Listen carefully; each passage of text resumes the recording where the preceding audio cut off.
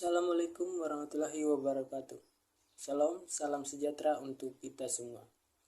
Nama saya Jacob Ronaldinho Helawadu, NIM 221301059, Fakultas Peternakan, Kelautan dan Perikanan. Program studi Budidaya Perairan, semester 1. Tujuan saya membuat video ini untuk ujian tengah semester mata kuliah Bahasa Indonesia. Materi yang akan saya bahas hari ini, yang pertama, implementasi tanda baca dalam kalimat.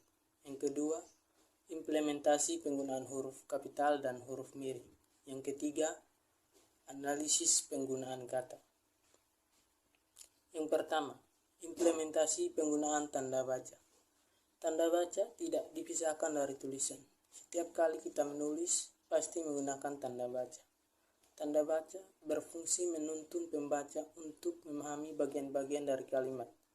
Tanda baca dalam Kamus Besar Bahasa Indonesia, Depdiknas 2008, halaman 1393, yaitu tanda yang dipakai dalam sistem ejaan seperti tanda titik, koma, titik dua, dan lain-lain. Berdasarkan uraian di atas, dapat disimpulkan bahwa tanda baca merupakan tanda-tanda yang digunakan dalam tulisan seperti tanda titik koma, tanda hubung, dan lain-lain. Tanda baca digunakan untuk memahami bagian-bagian dari kalimat sehingga dapat mempermudah pembaca memahami tujuan kalimat yang dibaca. Ada 15 jenis tanda baca dalam pengajaran bahasa Indonesia yang telah dipaparkan oleh para ahli. Jenis tanda baca yang dimaksud dapat diuraikan sebagai berikut. Yang pertama, tanda titik, tanda koma, tanda titik koma, tanda titik dua, tanda hubung, tanda pisah, tanda tanya, tanda seru, tanda elipsis, tanda petik tunggal, tanda kurung siku, tanda garis miring, tanda penyingkat, atau apostrof. Hanya ada 6 tanda yang akan saya bahas hari ini. Yang pertama, tanda titik koma. Penggunaan tanda titik koma menurut Dekdikbud 2011 halaman 72-73 adalah sebagai berikut. A. Tanda titik koma dipakai sebagai pengganti kata penghubung untuk memisahkan kalimat yang setara dalam kalimat majemuk setara. Contoh, hari sudah malam, titik koma, anak-anak masih membaca buku yang baru dibeli ayahnya. B. Tanda titik koma digunakan untuk mengakhiri pernyataan perincian dalam kalimat yang berupa frasa atau kelompok kata. Dalam hubungan itu, sebelum perincian terakhir tidak perlu digunakan kata dan. Contoh, syarat-syarat penerimaan pegawai negeri sipil di lembaga ini: A. Berkewarganegaraan Indonesia, B. Berijazah sarjana S1 sekurang-kurangnya, dan C. Berbadan sehat. C. Tanda titik koma digunakan untuk memisahkan dua kalimat setara atau lebih apabila unsur-unsur setiap bagian itu dipisahkan oleh tanda baca atau kata hubung. Contoh, ibu membeli buku, pensil, dan tinta. Titik koma, baju, celana, dan kaos. Titik koma, pisang, apel, dan jeruk. 2. Tanda titik dua.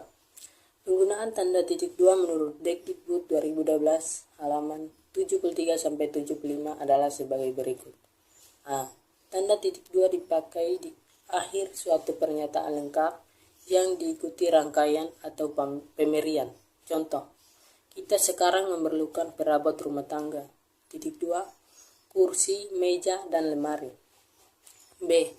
Tanda titik dua dipakai sesudah kata atau ungkapan yang memerlukan pemerian. Contoh, Ketua titik dua Ahmad Wijaya. C. Tanda titik dua dipakai di antara jilid atau nomor halaman, di antara bab dan ayat dalam kitab suci, serta di antara nama kota dan penerbit buku acuan dalam karangan. Contoh, Horizon XLIII nomor 8/2008.28. 3. Tanda elipsis. Penggunaan tanda elipsis menurut Kemendikbud 2012 halaman 79 sampai 80 adalah sebagai berikut. 1. Tanda elipsis dipakai dalam kalimat yang terputus-putus. Contoh, kau begitu, marilah kita melaksanakannya. 2. Tanda elipsis juga digunakan untuk menunjukkan bahwa dalam kalimat atau naskah ada yang dihilangkan. Contoh, penyebab kemerosotan akan diteliti lebih lanjut. 4. Tanda kurung siku. Penggunaan tanda kurung siku menurut Dekdikbud 2012 halaman 85 sampai 86 adalah sebagai berikut. A. Tanda kurung siku dipakai untuk mengapit huruf, kata atau kelompok kata sebagai koreksi atau tambahan pada kalimat atau bagian kalimat yang ditulis orang lain. Tanda itu menyatakan bahwa kesalahan atau kekurangan itu memang ada pada naskah asli. Contoh, sang sapurba mendengar bunyi gemerisik. B. Tanda kurung siku dipakai untuk mengapit keterangan dalam kalimat penjelas yang sudah bertanda kurung. Contoh, persamaan kedua proses ini dalam kurung, perbedaannya dibicarakan di dalam bab 2. Perlu dibentangkan di sini. Tanda garis miring. Penggunaan tanda garis miring menurut Dekdikbud 2012 halaman 86 adalah sebagai berikut. A. Tanda garis miring dipakai di dalam nomor surat, nomor pada alamat, dan penandaan masa 1 tahun yang terbagi dalam 2 tahun ajaran. Contoh, nomor 7 garis miring PK garis miring 2008. B. Tanda garis miring dipakai sebagai pengganti kata atau tiap dan ataupun. Contoh, dikirimkan lewat darat garis miring laut, yang artinya dikirimkan lewat darat atau laut. Yang keenam, tanda penyingkat atau apostrof. Penggunaan tanda penyingkat atau apostrof menurut Dekdikbud 2018 halaman 87 yaitu menunjukkan penghilangan bagian kata atau bagian angka tahun. Contoh, mereka sudah datang, apostrof kan, yang artinya bukan. 2. Implementasi penggunaan huruf kapital dan huruf miring. Keterampilan berbahasa itu tidak saja meliputi satu aspek, tetapi di dalamnya termasuk kemampuan membaca, menulis, mendengarkan atau menyimak, dan berbicara.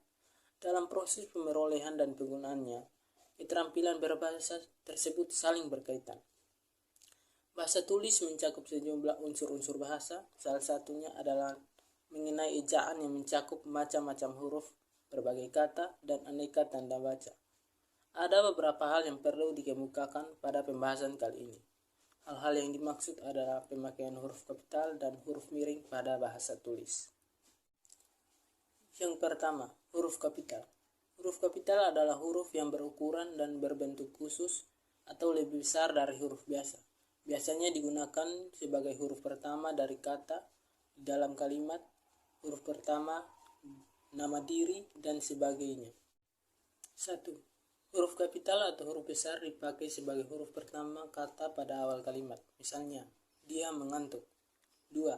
Huruf kapital dipakai sebagai huruf pertama kepetikan langsung. Misalnya, adik bertanya, kapan kita pulang? 3. Huruf kapital dipakai sebagai huruf pertama dalam ungkapan yang berhubungan dengan nama Tuhan dan kitab suci, termasuk kata ganti untuk Tuhan. Misalnya, Allah atau yang Maha Kuasa. 4. Huruf kapital dipakai sebagai huruf pertama nama gelar kehormatan, keturunan, dan keagamaan yang diikuti nama orang. Misalnya, Mahaputra Yamin. Huruf kapital tidak dipakai sebagai huruf pertama nama gelar kehormatan, keturunan, dan keagamaan yang tidak diikuti nama orang. Misalnya, dia baru saja diangkat menjadi sultan. 5. Huruf kapital dipakai sebagai huruf pertama unsur nama jabatan dan pangkat yang diikuti nama orang atau yang dipakai sebagai pengganti nama orang tertentu, nama instansi, atau nama tempat. Misalnya, Wakil Presiden Adam Malik. Huruf kapital tidak dipakai sebagai huruf pertama nama jabatan dan pangkat yang tidak diikuti nama orang atau nama tempat. Misalnya, siapa gubernur yang baru dilantik itu? 6. Huruf kapital dipakai sebagai huruf pertama unsur-unsur nama orang. Misalnya, Soekarno-Hatta. Huruf kapital tidak dipakai sebagai huruf pertama nama orang yang digunakan sebagai nama jenis atau satuan ukuran, misalnya mesin diesel. 7. Huruf kapital dipakai sebagai huruf pertama nama bangsa, suku bangsa, dan bahasa, misalnya bangsa Indonesia.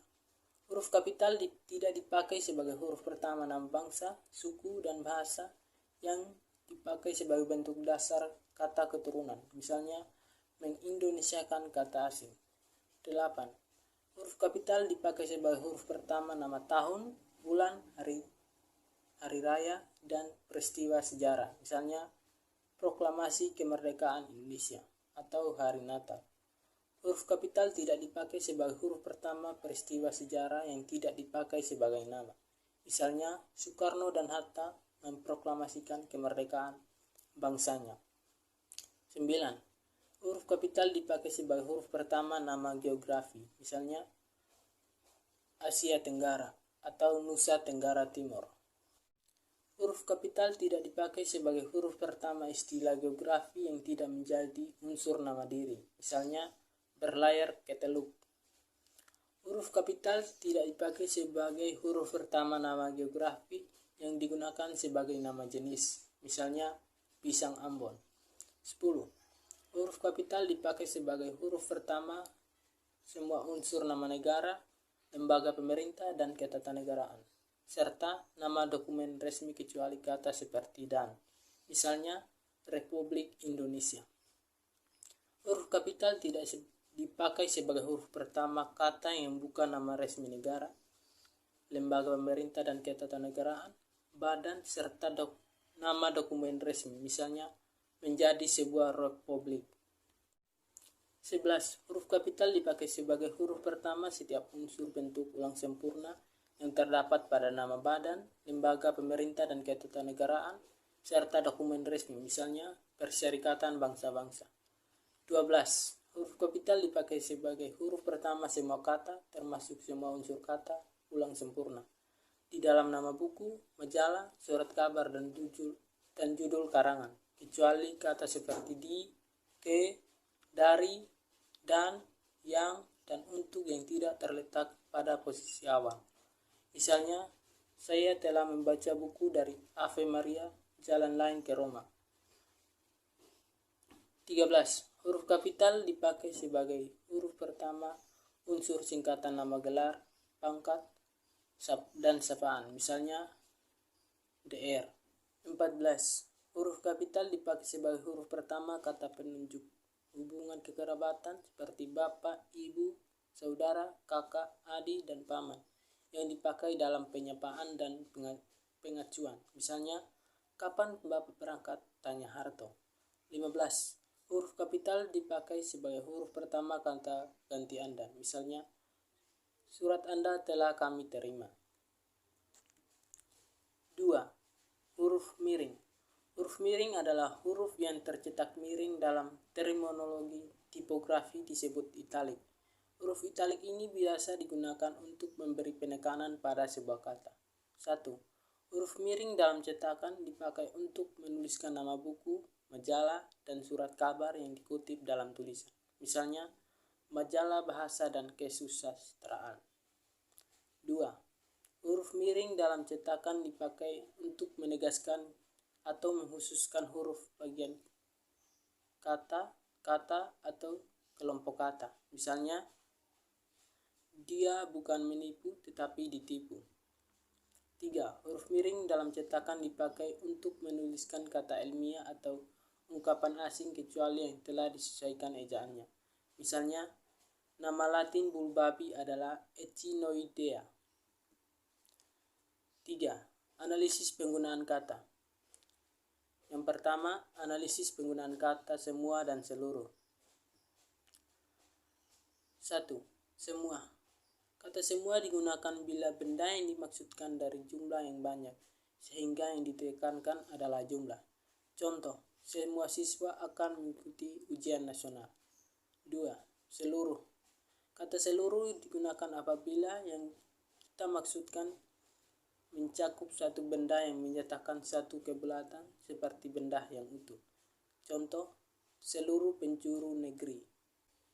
2. Analisis penggunaan kata adalah, ialah, dan merupakan. 1. Kata adalah. Kata adalah merupakan kata yang biasa digunakan untuk mendefinisikan sesuatu yang mutlak. Contoh, dahulu telepon seluler adalah barang mewah. 2. Kata ialah. Kata ialah merupakan penghubung di antara dua penggal kalimat yang menegaskan perincian atau penjelasan atas penggalan yang pertama itu. Contoh, permainan di ponsel ialah permainan yang banyak digemari anak-anak zaman sekarang dan umumnya membutuhkan sambungan internet. 3. Kata merupakan. Kata merupakan biasa digunakan untuk mendefinisikan rupa atau bentuk. Contoh, YouTuber merupakan profesi yang banyak dicita-citakan oleh generasi milenial. Implementasi kata yakni dan yaitu. Menurut KBBI, kata yakni dan yaitu bersinonim, berfungsi sebagai penghubung yang menjelaskan rincian atau penguraian atau keterangan pada salah satu unsur kalimat. Contoh, yang pergi tahun ini ke Pulau Komodo 2 orang, yaitu saya dan kakak. Yang kedua, 3 dari 5 anak mereka, yakni Martin, Ursula, dan Kobus, mengikuti jejak karir kemiliterannya. Sekian dan terima kasih.